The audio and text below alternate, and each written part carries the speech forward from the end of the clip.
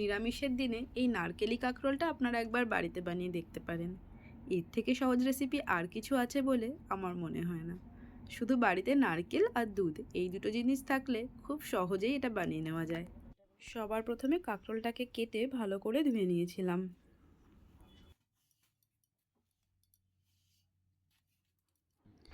এবার একটু নুন দিয়ে কাঁকরোলটাকে ভালো করে ভেজে নিতে হবে। এই রান্নায় কিন্তু কোনো রকমের হলুদের ব্যবহার হবে না, তাই কিন্তু ভাজার সময়ও হলুদ দেওয়া হয়নি।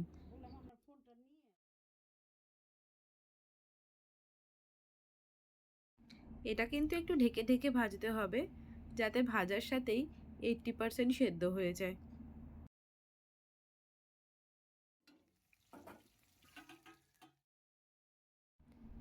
যখন দেখবেন উপরের কালারটা গোল্ডেন হয়ে গেছে, তখন এইভাবে তেল ছেঁকে তুলে নিতে হবে। এবার কড়াই থেকে কিছুটা তেল কমিয়ে নিয়ে ওই ভাজা তেলের মধ্যেই গোটা গরম মশলা, তেজপাতা, কাঁচা লঙ্কা দিয়ে একটু নুন দিয়ে ভাজতে হবে। যেহেতু কাঁকরোল ভাজার সময় নুন দেওয়া হয়েছে, তাই কিন্তু এখানে নুনের পরিমাণটা বুঝেই দেবেন। মশলা থেকে ভাজা গন্ধটা বেরিয়ে আসলে এবারে 3 চামচের মতো নারকেল বাটা দিয়ে ভালো করে মশলার সাথে কষাতে হবে। নারকেল ছাড়া আর বিশেষ কোনো মশলাই এখানে লাগে না। এবারে 1 চামচের মতো ঘি দিয়ে খুব ভালো করে এটাকে কষাতে হবে যতক্ষণ না তেল ছেড়ে আসে। এবারে 1/2 কাপের মতো দুধ দিয়ে ভালো করে মশলার সাথে ফোটাতে হবে।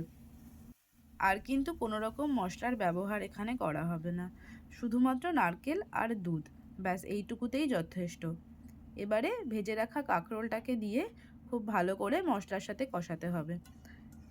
যেহেতু কাঁকরোলটা আমাদের আগে থেকেই সেদ্ধ করা ছিল, তাই এবারে বাকিটা কিন্তু মশলার সাথে কষিয়ে সেদ্ধ করে নিতে হবে। আর যেহেতু রান্নাটা একটু মিষ্টি মিষ্টি হবে, তাই এখানে স্বাদের জন্য একটু চিনি দিয়ে ভালো করে সমস্তটা কষিয়ে নিয়ে ঢাকা দিয়ে গ্যাস কমিয়ে 5 থেকে 6 মিনিট রাখতে হবে।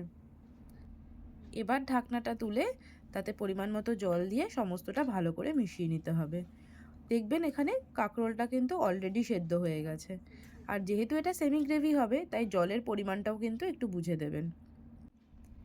এখানে একটু চালের গুঁড়োর ব্যবহার আমি করেছি, তাতে গ্রেভির থিকনেসটা খুব ভালো হয়। আপনারা চাইলে কিন্তু ময়দার ব্যবহারও করতে পারেন।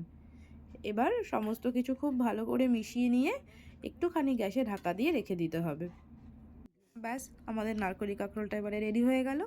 এটা কিন্তু আপনারা ভাত, রুটি বা পরোটা যে কোনো কিছুর সাথেই খেতে পারবেন। রেসিপিটা কেমন লাগলো সেটা কিন্তু অবশ্যই কমেন্টে জানাবেন।